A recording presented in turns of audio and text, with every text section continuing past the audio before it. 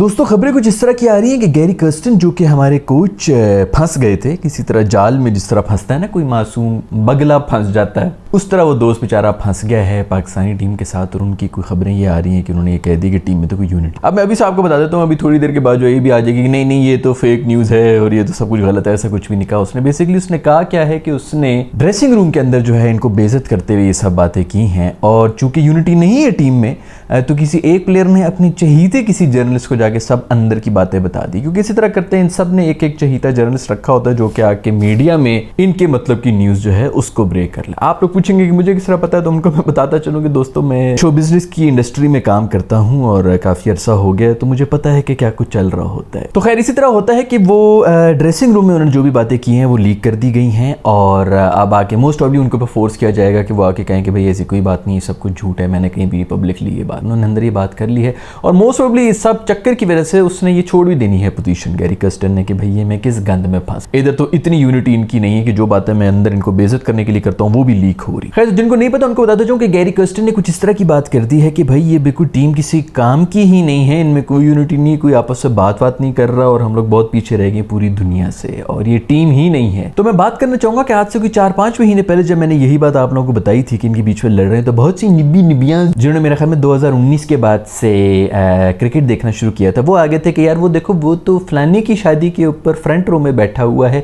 तो तुम्हारे मुंह पर पड़ गया है जूता, क्योंकि ये सब तो बहुत जबरदस्त बेस्ट फ्रेंड्स हैं आपस में। बहुत छोटे हो यार, अभी तो मोस्टली वही हैं जो अभी तक स्कूल में बैठे हैं। मेरे ख्याल में अब सोशल मीडिया हर एज ग्रुप तक पहुंच गया है, तो यही एज ग्रुप जो है वो अब सेलिब्रिटीज ही बनाता है। आपने देख लिया होगा कि किस किस्म के जो हैं वो यूट्यूबर्स फेमस हुए हुए होते हैं, उनकी ऑडियंस में कौन होता है और क्या कुछ चल रहा होता है। तो उस वक्त सब जो है वो यही कह रहे थे कि नहीं ये सब झूठ है, सब झूठ है, देखो ना मेरा फलाना बेबी जो है फलाने बेबी की शादी के ऊपर भंगड़े डाल रहा था, तो ये सब जो हम तो ये तो कह रहे थे कि बड़ी ग्रुपिंग हुई हुई है, ये तो दूसरे की शादी पे जा रहे हैं। तो यार कितने बच्चे हो। खैर अगले कह रहे कि इनमें कोई यूनिटी नहीं है, अजीब किस्म के ग्रुप्स बने हुए हैं। मैं पिछली वीडियो के अंदर यही बात कर रहा था कि भाई जिस तरह के कैचेस वैचेस में भी कॉल नहीं कर रहे ना कि इट्स माइन या इस किस्म की चीजें उससे तो पता चल जाता है भाई कि किस किस्म की टीम वर्क हो रहा है, किस किस्म के लोग आए हुए हैं, उनके आपस में क्या टेम्परामेंट्स हैं, किसने किसको निकाला और अब वो वापस टीम में भी आ गए हैं, किस लिए आए थे टीम में, कप्तान उस वक्त कौन था, अब कौन कप्तान बन चुका है, ऑल दैट। सो निहायत ही बुरी हालात हैं। मोस्ट प्रॉब्ली इस सब के बाद मुझे जो तरस आ रहा है वो बेचारे गैरी कर्स्टन पे आ रहे हैं। वो एक लेजेंडरी आदमी है, उसकी एक पीछे बहुत एक लेजेंडरी किस्म का रिकॉर्ड है जो उसने रखा। भाई इंडिया को कहां से कहां लेके गया था, वर्ल्ड कप जिताया था, टीम बनाई थी उसने पूरी। तो खैर अगर कोई काम कर सकता है तो वो ये बंदा ही कर सकता है। अगर उसको फ्री हैंड दे दिया जाए, जो कि दे तो देंगे लेकिन नीचे इतना गंद मचा हुआ है इनके, तो जो एडवाइस देने के लिए भी आएंगे उनके भी कोई ना कोई अपने मोटिव्स होंगे, क्योंकि पाकिस्तान पूरी कौम ही इसी किस्म की, जिधर भी उनको पता चलता है कि हमारा भी यहाँ पे दा है, तो वो जो एडवाइजर जिस वक्त बैठे हुए हैं पीसीबी के या कोचेस वगैरह के, उनकी भी पीछे एक पूरी लॉट होगी जो उनको गिराने के लिए सब कोशिशें कर रही होगी। तो वो आएंगे तो वो अपने मामे चाचा को ऊपर लाने की कोशिश करेंगे। गोरा मेरा ख्याल में ये सब बर्दाश्त नहीं कर सकता, पूरा नीचे से सिस्टम ही ठीक करने वाला है, वो गोरा तो कभी भी नहीं करेगा वो सब चीजें। हाँ लेकिन एक बात है कि उसको कम से कम फ्री हैंड दे दिया जाए और उसकी थोड़ी सख्ती भी हो तो पाकिस्तानी डर भी जाते हैं कि भाई ये गोरा है, इसके साथ तो हम इस तरह की बातें नहीं कर सकते। जो पुराने वाला गोरा था वो भी तकरीबन 6-7 साल रह के ना प्रॉपर पाकिस्तानी बन चुका था और उसको पता चल गया था कि सियासतें करो, तभी उसने ऑनलाइन कोचिंग एक्सेप्ट कर ली थी। वरना किसी दुनिया में कहीं होता है कि एक स्पोर्ट्स का कोच ऑनलाइन कोचिंग कर रहा था और वो हमारे कोच कर रहे थे। खैर अच्छी बात है कि इसने इस किस्म की बातें की। हमारे तो इससे पहले जो कोच आए थे वो कुदरत के निज़ाम के ऊपर हमें लेक्चर दिया करते थे। उसके अलावा हमारे जो कोचेज वगैरह भी जो स्टाफ है उनका भी पिछले दिन में एक बयान देख रहे थे, इसके अंदर वो ये कह रहे थे कि भाई हम पीएसएल भी खेलते हैं, पीएसएल में गोरे भी आते हैं, वो हर तरह की चीजें खा रहे होते हैं, रोटी खा रहे होते हैं, ऐसा भी कोई नहीं है कि फिटनेस के ऊपर आप लोग इतनी बात। तो यार माशाल्लाह एक तो पढ़े लिखे नहीं है, ऊपर से क्रिकेटर भी एवरेज ही थे, कोई दुनिया में कोई अचीवमेंट नहीं की इन्होंने, और उसके बाद ये है कि बेवकूफ भी हैं। इतना ट्रैवल करने के बावजूद इनको नहीं पता कि जब गोरा पाकिस्तान, पहली बात तो है कि रेलू कट्टा गोरा आता है आपकी पीएसएल खेलने के लिए, इस चीज को आप अपने दिमाग में बिठा लें कि जो रेलू कट्टे हैं जो बाकी लीग्स वगैरह में सोल्ड नहीं होते या फिर उनको यही होता है कि उधर चांस कोई नहीं है या फिर प्रैक्टिस के लिए बड़ी लीग्स के लिए इधर आ जाते हैं कि चलो सेम कंडीशंस होंगी तो थोड़ी बहुत प्रैक्टिस कर लेंगे। आते ही पहले तो 14 हैं, उनमें से भी 8 जो है वो रेलू कट्टे हो। तो पहले तो उनको अगर आप गोरा समझ रहे हैं तो आपको मैं उसके ऊपर भी जगाना चाहूंगा कि वो गोरे नहीं है जिनसे आप इंस्पिरेशन ले रहे हैं। और अगर आपने लेनी भी है तो मैं आपको ये बता दूं, अगर आपने दुनिया देखी हो, पाकिस्तान के अंदर आके शराब कबाब तो होता नहीं, नाइट क्लब्स तो है नहीं, यहाँ पर आके रहते सिर्फ और रोटी पानी। और गोरा जब भी कोई ऐसी जगह पर आता है ना तो वो कुछ एग्जॉटिक खाने वगैरह ही ट्राई कर सकता है, और तो उसने कुछ करना नहीं है। अब वो अगर पाए चख ले या नहारी चख ले, इस किस्म की चीज़ें चख ले, उस बेचारे को क्या पता कि इसके अंदर क्या गंध है और क्या नहीं है। वो तो सिर्फ एग्जॉटिक एडवेंचर के लिए वो कम से कम चख रहा है और खा रहा है, और वो करे भी क्या इस मुल्क में आके।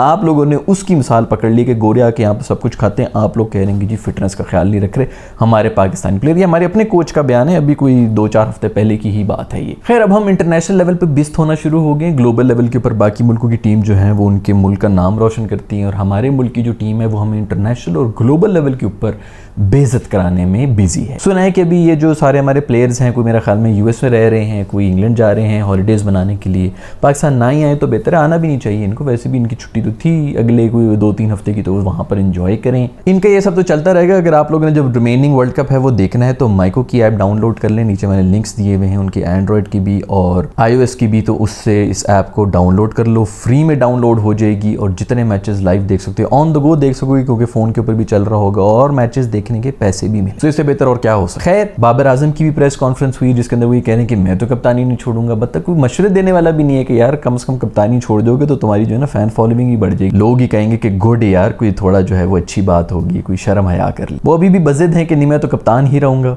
उसके ऊपर उनकी मैं प्रेस कॉन्फ्रेंस सुन रहा था, उसके अंदर किस किस्म की बातें कर रहे थे कि किसी एक प्लेयर को आप नहीं वो कर सकते हैं, हाईलाइट कर सकते हैं, उसके ऊपर सारा मलबा नहीं डाल सकते हैं।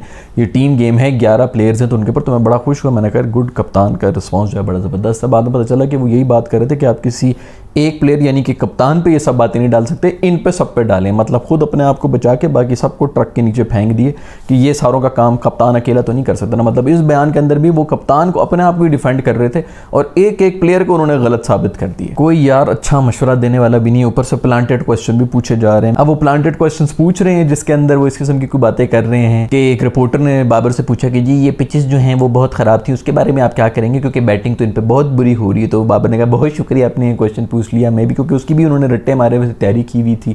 मैं आपको यही बताना चाह रहा था कि सारे के सारे मैचेस जो हैं वो टॉस के ऊपर ही डिपेंडेंट थे। 140 मर के किसी टीम ने मैक्सिमम किया है, तो बहुत ही गंदी पिचेस थी, इसलिए हम निकल गए। मेरे जान, तुम 4 में से 3 टॉस जीते हो। आयरलैंड वाला भी टॉस जीते थे तो तुम बच गए हो, नहीं तो तुम उसको भी हार रहे थे। तुम 4 में से 3 में टॉस जीत के तुम खुद ही कह रहे हो कि जो टॉस जीत रहा है उसको गेम जीतनी चाहिए थी, उसके अंदर भी तुम हार रहे हो। यार मतलब जवाब तैयारी करना भी इनको नहीं आता कि जो बोल रहे हैं वो क्या बोल रहे हैं। फिर किसने हमें कहा है कि 140 बनाओ, हम तो यही कह रहे थे कि 119 बना लो भाई। सेम आपसे जो है वो यूएसए पे भी नहीं बने थे। तो यार ये इनको कौन समझाए कि भाई क्या क्वेश्चन का आंसर देने और क्या नहीं। खैर मुझे तो वो नहीं टाइम भूलता जिसके अंदर इन्हीं की जो पीआर कंपनीज है उन्होंने इनसे कोई वो स्टेटस वगैरह जो हैं या वो ट्वीट्स करवाए थे कि सोचना भी मना है, ये हमारा कप्तान है और इसको हटाने का सोचना भी मना है। क्योंकि तब एक ही पीआर कंपनी थी जो कि सबको रन कर रही थी, तो वो इसलिए कह रहे थे कि सोचना भी मना। तब भी मैंने वीडियो बनाई थी, उसके अंदर ये बोला था कि बेटा आप लोग क्रिकेट खेलें, कौन कप्तान है कौन कप्तान नहीं है, सोचना मना और ये सब चीज़ें आपके काम नहीं है। ये जो मशवरे देने वाले इनके बैठे हुए ना, जो समझ रहे हैं